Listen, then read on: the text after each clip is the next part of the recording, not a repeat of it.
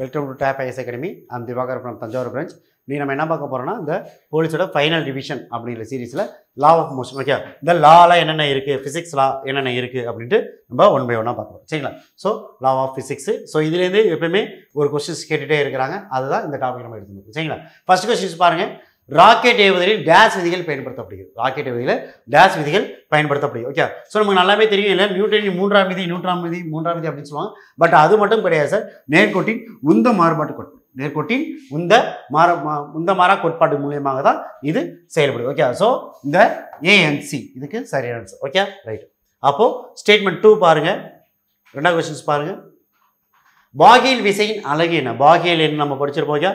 பாகியல் விசையின் எஸ்ஐ அலகு வந்து கிலோகிராம். அதுதான் கிலோகிராம் பர் மீட்டர் ஸ்கொயர், வினாடி அப்படின்னு சொல்லுவாங்க. கிலோகிராம் பர் வினாடி அப்படின்னு சொல்லுவாங்க.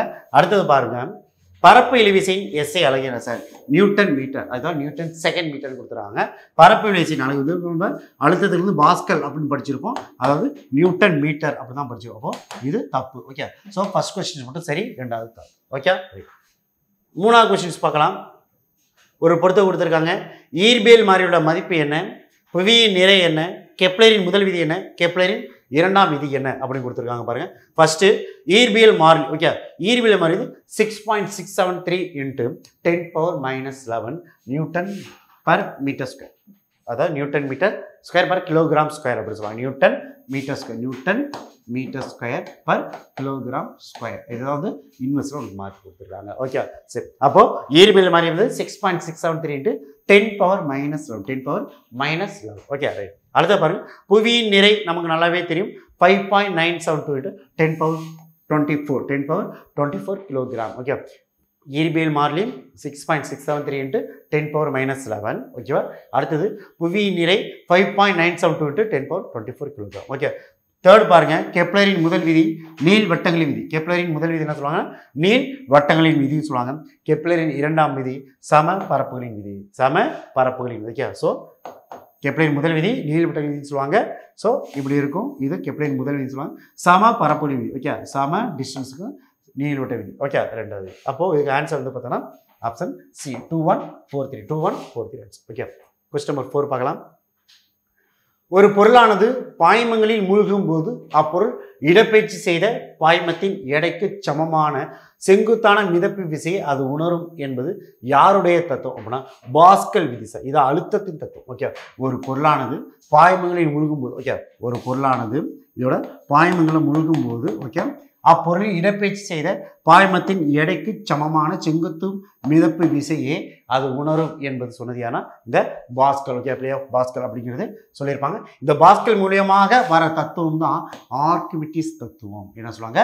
பாஸ்கல் தான் இந்த ஆர்க்கிமிடிஸ் தத்துவம். அப்படி இந்த தத்துவம் எதில் சொல்லணும்னா ஆர்க்கிமிடிஸ் தத்துவம். ஓகே, இது என்னதுன்னா ஆர்க்கிமிடிஸ் தத்துவம். ஓகே, பாஸ்கல் இது பண்ணி தான் இந்த ஆர்க்கிமிடிஸ் தத்துவங்கிறது ஒன்று கிரியேட் ஆகிடுச்சு. Okay, right. இதன் மூலியமாக இது வந்துச்சு. சரிங்களா? அப்போது கொஸ்டின் நம்பர் 5 பாருங்க. அடுத்தது, ராக்கெட் ஏவுதலில் எந்தெந்த விதிகள் பயன்படுத்தப்படுது? ராக்கெட் ஏவுதலில் எந்த நமக்கு தெரியும். இப்போ நியூட்டனின் மூன்றாம் விதி படித்தோம். ராக்கெட் ஏவுதலில் என்ன படித்தோம்? நியூட்டனின் மூன்றாம் விதி படித்தோம். சரியா? இப்போ அடுத்து நம்ம என்ன சார் பண்ணோம்னா எந்த விதினா நேர்கோட்டு உந்த அழிவின்மை விதி. நேர்கோட்டு உந்த அழிவின்மை. ராக்கெட்டின் நியூட்டனின் மூன்றாம் விதி மற்றும் நேர்கோட்ட உந்த அழிவின்மை விதி தான், இந்த ரெண்டும் தான் வந்து பார்த்தோன்னா ராக்கெட்டில் பயன்படுத்தப்படுகிறது. ஓகே, இது விதிகள். சரியா? அது செயல்படுத்து கான்செப்ட். அடுத்தது பாருங்க. சூரியனிலிருந்து வரும் ஒளிக்கதிர்கள் வளிமண்டலத்தில் உள்ள வாயு அணுக்கள் மற்றும் மூலக்கூறால் சிதறடிக்கப்படுது. எவ்வகை சிதறல்? ஓகே, இதான் வந்து பார்த்தீங்கன்னா ராலே ஒளிச்சிதறல், மீ ஒளிச்சிதறல், டின்டால் ஒளிச்சிதல் அப்படின்னு சொல்லுவாங்க. ஓகே, ஸோ இப்போ இங்கே நம்ம இங்கே இருக்கிறோம். இது வந்து எடுத்துன்னு வச்சுக்கோ. சரி, சமாஃப் இது வந்து வளிமண்டலம் ஒரு 500 கிலோமீட்டர்ஸ் இருக்குன்னு வச்சுக்கோ.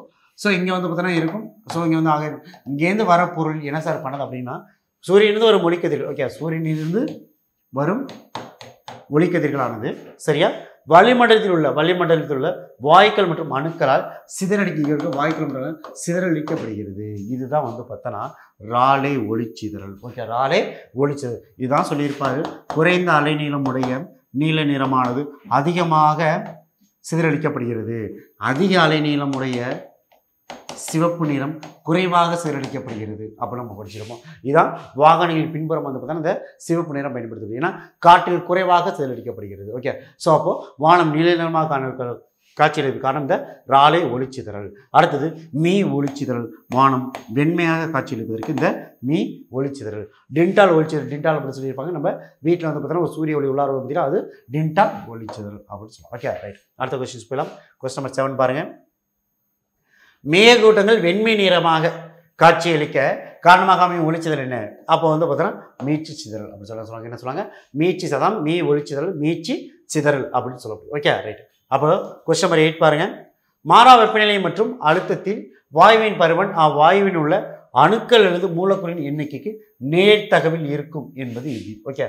ஸோ மாறா வெப்பநிலையில் அழுத்தத்தின் வாயுவின் பருமன் அவ்வாயுவின் அணுக்கள் அல்லது மூலக்கூறின் எண்ணிக்கை நேர்த்தகவில் இருக்கும் அப்படின்னாலே அது அவைகேற்றாங்க. என்னங்க அவைகேற்றா என்ன? 6.023 10 power 23 நம்ம பார்க்கணுங்களா? இதுதான் இந்த அவைகேற்றா எண். ஓகே, அவைகேற்றா விதி அப்படின்னு சொல்லப்படுகிறது. கொஸ்டின் நம்பர் 9 பாருங்க. அடுத்தது மின்னியற்றி விதி என அழைக்கப்படும் விதி எது? மின்னியற்றி விதி. ஓகே, மின் ஏற்றி விதி என்று அழைக்கப்படும் விதி பிளம்மிங்கின் வலதுகை விதி. பிளம்மிங்கின் வலதுகை விதி மின் ஏற்றி விதி அப்படின்னு சொல்லலாம். Okay right. அதாவது கொஸ்டின் நம்பர் 10 பாருங்க. மிக குறைந்த கால அளவில் மிக அதிக அளவு செயல்படும் விசை எவ்வாறு எவ்வளவு? ஓகே. ஸோ இது வந்து பார்த்தீங்கன்னா புக்கில் கொடுத்துருப்பாங்க. ஒரு கிரிக்கெட் பால் கொடுத்துருப்பாங்க. ஓகே. ஸோ அதான் அந்த கான்செப்ட் தான். மிக குறைந்த கால அளவில் மிக அதிகமாக செயல்படும் விசை எதுனா கனத்தாக்கு விசை. ஓகே. ஸோ நம்ம ஒரு பால் பிடிக்கும் போது நம்ம பின்னாடி எடுக்கும் போது அதோட ஸ்பீட் அந்த வேகம் வந்து நம்ம குறையுது. ஓகே. ஸோ அதனால தான் இதை நம்ம யூஸ் பண்ணுவோம். கனத்தாக்கு விசை என்று அழைக்கப்படுது. சரியா? ஸோ அடுத்த கொஸ்டின் போகலாம்.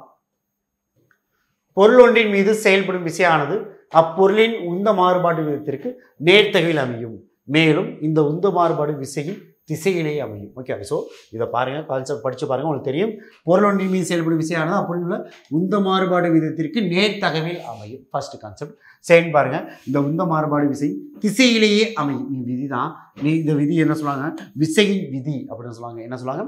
விசையின் விதியாக தான் முதல் விதி அப்படின்னு சொல்லுவாங்க. விசையின் விதி. ஓகே, மறந்துடக்கூடாது. அடுத்தது கொஸ்டின் நம்பர் 12 பாருங்கள். கெப்லரின் இரண்டாவது விதி எவ்வாறு அழைக்கப்படுகிறா? சம பரப்புகளின் விதி. என்ன சொல்லுவாங்க?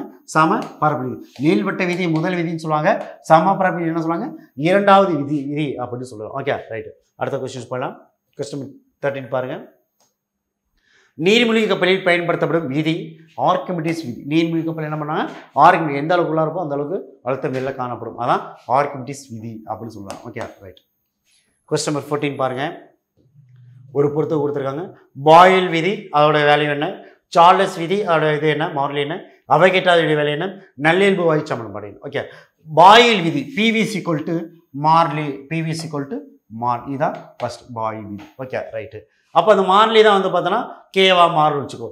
சார்லஸ் விதி என்ன சாப்பிட்னா V/T = மாறிலி. V/T = ஒரு மாறிலி அப்படின்னு சொல்லுவாங்க. ஓகேவா?